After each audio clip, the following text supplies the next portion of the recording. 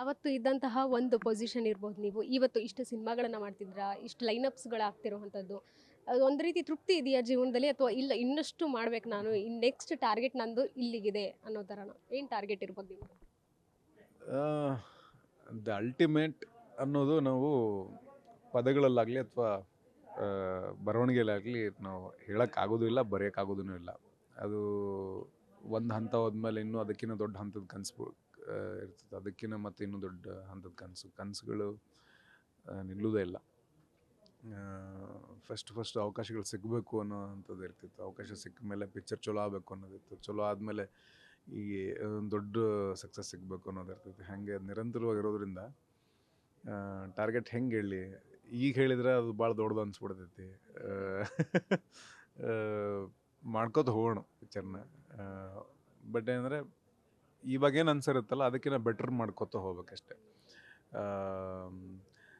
ಸಿನಿಮಾದಲ್ಲಿ ಆಗೋ ಮಾಡೋ ಅಭಿನಯದಿಂದ ಹಿಡ್ಕೊಂಡು ಸಿನಿಮಾನ ಎಷ್ಟು ಜನ ಪ್ರೀತಿಸ್ತಾರೆ, ಇನ್ನೂ ಜಾಸ್ತಿ ಜನ ಪ್ರೀತಿಸೋ ಥರ ಸಿನಿಮಾಗಳು ಮಾಡ್ಕೊತ ಹೋಗ್ಬೇಕು. One after the other. ಅಪ್ಪ ಅಮ್ಮ ಹತ್ರ ಇನ್ನೂ ಬೈಸ್ಕೋತೀರಾ ಈಗಲೂ ಸ್ಟಾರ್ ಆದರೂ ಯಾವಾಗ್ಲೂ ಇದ್ದೇ ಇರ್ತಾವೆ, ಬಟ್ ಭಾಳ ಕಮ್ಮಿ ಆಗಿರ್ತಾವೆ ಅಷ್ಟೇ. ಅಂದರೆ ಈಗ ಅವರು ಬಯೋದ ಬಿಟ್ಬಿಟ್ಟಿರ್ತಾರೆ, ಅವಂಗ ತಿಳುವಳಿಕೆ ಐತಲ್ಲ ಅಂತ ಅಂದ್ಕೊಂಡಿರ್ತಾರೆ. ಬಟ್ ಸಣ್ಣ ಪುಟ್ಟದ್ದು ಇರ್ತಾವಲ್ಲ, ಅವಾಗ ಏನೋ ಒಂದು ಸಣ್ಣದಾಗಿ ಏನೋ ಈಗಲೂ ಅಪ್ಪನ ಅಲ್ಲ, ಸೊ ಅವ್ರಿಗಿರೋ ಮೆಚುರಿಟಿನೇ ಬೇರೆ ಇರ್ತದೆ. ಯಾವುದೋ ಒಂದು ವಿಷಯದಾಗ ಏನೋ ಒಂದು ಇಷ್ಟು ಮಾತಾಡೋ ಮುಂದೆ ಬೈತಿರ್ತಾರೆ, ಈಗಲೂ ಬೈತಾರೆ. ಸಿನಿಮಾದಲ್ಲಿ ಲವ್ ಇದೆ, ಯಾವತ್ತಾದ್ರೂ ಯಾರಿಗಾದ್ರೂ ಲವ್ ಅಡ್ವೈಸ್ ಮಾಡಿದ್ದೀರಾ?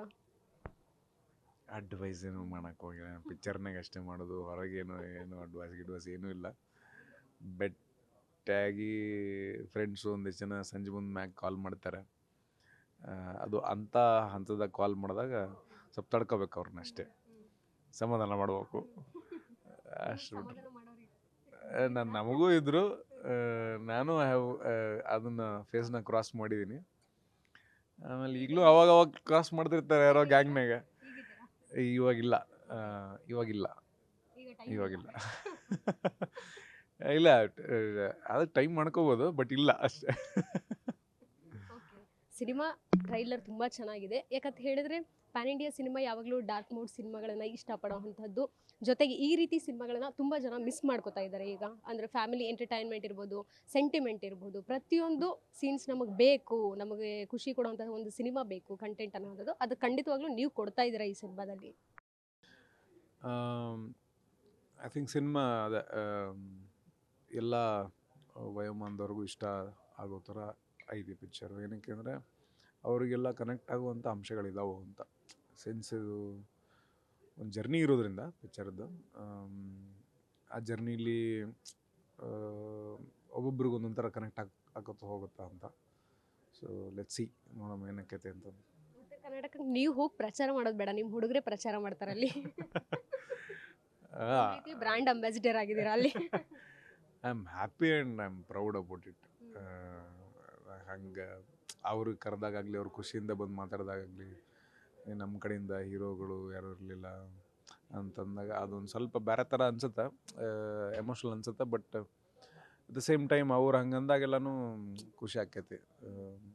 ಎಲ್ಲ ಭಾಗದಾಗಿಂದನೂ ಹೀರೋಗಳು ಇರಬೇಕು, ಎಲ್ಲ ಭಾಗದಿಂದ ಡೈರೆಕ್ಟರ್ಸ್ ಬರಬೇಕು, ಎಸ್ಪೆಷಲಿ ಡೈರೆಕ್ಟರ್ಸು, ಸೊ ದ್ಯಾಟ್ ಅವರು ಆ ಸೊಗಡನ್ನ ತರ್ತಾರಲ್ಲ ಅಂತ, ಜನರಿಗೆ ತಲುಪಿಸ್ತಾರಲ್ಲ ಅಂತ. ಈಗ ಎಷ್ಟೊಂದು ನಮಗೆ ಗೊತ್ತಿರಲ್ಲ. ಈಗ ತೀರಾ ಇಂಟೀರಿಯರ್ ಆಫ್ ಚಾಮರಾಜನಗರ ಆಗಲಿ, ಅಥವಾ ಇಂಟೀರಿಯರ್ ಆಫ್ ಮಲೆನಾಡು ಆಗಲಿ, ಅಥವಾ ಕಂಪ್ಲೀಟ್ ಬಾರ್ಡರ್ಸ್ ಆಗಲಿ, ನಾವಿನ್ನೂ ಅಲ್ಲಿದು ಎಷ್ಟು ವೈವಿಧ್ಯತೆ ಐತೆ ಅದಿನ್ನೂ ನಮ್ಗೆ ನೋಡೋಕ್ಕೆ ಸಿಕ್ಕಿಲ್ಲ. ಅದನ್ನು ಒಬ್ಬರಾದ್ಮೇಲೆ ಒಬ್ಬರು ಬರ್ತಾರೆ, ತೆಗಿತಾರೆ ಅಂತ ಹೋಪ್ಸ್. ಬೈದು ಹೊಗಳೋ ಜನ ಅಂದರೆ ನಮ್ಮ ಕಡೆಯವರೇ ಅನಿಸುತ್ತೆ. ಯಾಕಂದರೆ ಸಿನಿಮಾ ಚೆನ್ನಾಗಿದೆ ಅಂದರೆ ಚೆನ್ನಾಗಿದೆ ಅಂತ ಹೇಳೋದಿಲ್ಲ ಅವರು, ಬೇರೆನೇ ಭಾಷೆ ಬಳಸಿ ಹೇಳ್ತಾರೆ. ಅದನ್ನು ನೀವು ತುಂಬ ಚೆನ್ನಾಗಿ ಸ್ವೀಕರಿಸ್ತೀರ. ಬಟ್ ಈ ಕಡೆ ಇರೋ ಸ್ಟಾರ್ಸ್ ಏನಾದರೂ ಅದನ್ನು ಸ್ವೀಕರಿಸೋದವಲ್ಲ. ಅದು ಇವಾಗ ಎಲ್ಲರಿಗೂ ಅಭ್ಯಾಸ ಆಗತೈತಿ. ಅಂದ್ರೆ ಪ್ರಾಣೇಶ್ವರ ಸ್ಟೇಜ್ ಮ್ಯಾಗ ಹೇಳಿ ಹೇಳಿ ಹೇಳಿ ಹೇಳಿ ಅಭ್ಯಾಸ ಮಾಡ್ತಾರೆ ಸ್ವಲ್ಪ ಅದನ್ನ. ಅದು ಮಂದಿ ಬೈದಿರಲಿ, ನಾವು ಅಪ್ಪರೇ ಜಗ್ಗದ್ದು ಶುರುವೇ ಅಲ್ಲಿಂದ ಶುರು ಆಕಿತ್ತು. ನಾವು ಪಿಕ್ಚರ್ ನೋಡಿದಾಗ ರಪ್ಪ ಅಂತ ಬಂದ್ಬಿಡ್ತೈತೆ ಅದು. ಇನ್ನೊಂದು ಸೊಳ ಮಕ್ಕಳು ಬಾರಿ ಮಾಡ್ರಲ್ಲ ಅಂತಂದು. ನೀವು ಡೈರೆಕ್ಟಾಗಿ ಯಾರ ಹತ್ರ ಬಂದು ಹೇಳಿರ್ತಾರೆ ಡೈರೆಕ್ಟಲ್ಲಿ ಆ್ಯಕ್ಚುಲಿ ಈ ಶೂಟಿಂಗ್ ಮಾಡತ್ತಿದ್ವಿ ಗಡ ಹತ್ರ ಗಜೇಂದ್ರ ಗಡ ಹತ್ರ ಶೂಟಿಂಗ್ ಮಾಡತ್ತಿದ್ವಿ. ಆಮೇಲೆ ಬಾದಾಮಿ ಹತ್ರ ಶೂಟಿಂಗ್ ಮಾಡಬೇಕಿತ್ತು. ಆನ್ ದ ವೇ ಹೋಗೋ ಮುಂದೆ ಒಂದು ಸೂರ್ಯಪ್ಪನ ಚೆಂಡು ಹಾಕಿದ್ರು ಗೊತ್ತಿಲ್ಲ, ನನ್ನ ಇಮೇಜ್ ಬರತ್ತಿಲ್ಲ. ರೋಡ್ನೇ ಬರತ್ತೀವಿ, ಲಂಬಾಣಿ ಹೆಣ್ಮಕ್ಳು ಒಂದು ದೊಡ್ಡ ಟ್ರೂಪ್ ಹೊಂಟಿತ್ತು, ಅವ್ರ ಜೊತೆಗೆ ಒಂದು ಶಾರ್ಟ್ ತೊಗೊಳಮ್ಮ ಅಂತ ಅಂದ್ಕೊಂಡು ಅಲ್ಲಿ ಒಬ್ಬ ಬಂದು ಫಸ್ಟ್ ಹಾಯ್ ಸರ್, ನಮಸ್ಕಾರ ಸರ್, ಆರಾಮಿದ್ದೀರಿ ಸರ್ ಅಂತಂದು ಫೋಟೋ ತೊಗೊಂಡು ಅಲ್ಲಿ ಹೋದ. ವಾಪಸ್ ಬಂದು ಇನ್ನೊಬ್ಬ ನಮ್ಮ ಫ್ರೆಂಡ್ ಬಂದಿದ್ದ. ಅವ್ನು ಬಂದ್ಬಿಟ್ಟು ಇನ್ನೂ ಎಷ್ಟು ದಿವಸ ಶೂಟಿಂಗ್ ಮಾಡ್ತಿರಲಿಲ್ಲ ಇಲ್ಲಿ ಅಂತಂದು. ನೋಡ್ಬೇಕಲೇ ಇನ್ನೊಂದು 2-3 ದಿವಸ ಆಕೈತಿಲ್ಲ, ಅದಾದಮೇಲೆ ಬರ್ತೀನಿ ಊರ ಕಡೆ ಅಂತಂದು. ಅವ್ನು ಕೇಳಿಸೈತದು. ಅವ್ನು ಕೇಳೋಣ ಯಾವ ಊರವ್ರು ಅಂತ. ಇಲ್ಲೇ ಯಾವ ಸುಳಮ್ಗ ಇಲ್ಲೇ ಇಳ್ಕೊಂತಲೇ ಅಂತಂದು ಅಂತ ಜೋರಾಗಿ ಅದು.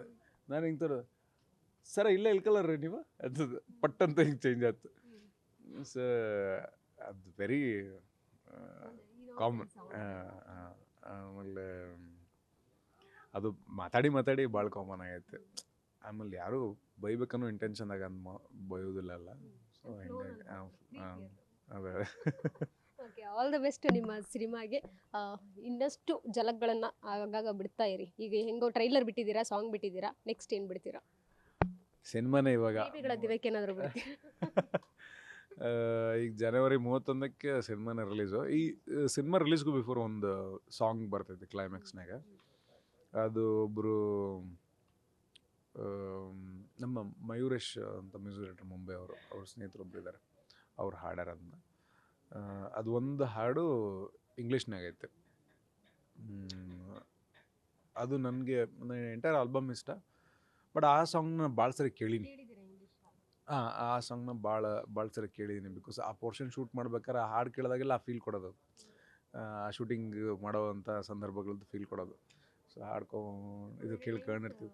ನನಗೆ ಬರೋದೇ ಇಲ್ಲ ನೀವು ಕೇಳೋದಷ್ಟೇ. ಲೂಪ್ ಆನ್ ಮಾಡ್ಕೊಂಡು ಕೇಳ್ಕೋತಾರೆ ಅಷ್ಟೇ. ಆಲ್ ದ ಬೆಸ್ಟ್ ಸರ್ ನಿಮ್ಮ ಸಿನಿಮಾಗೆ.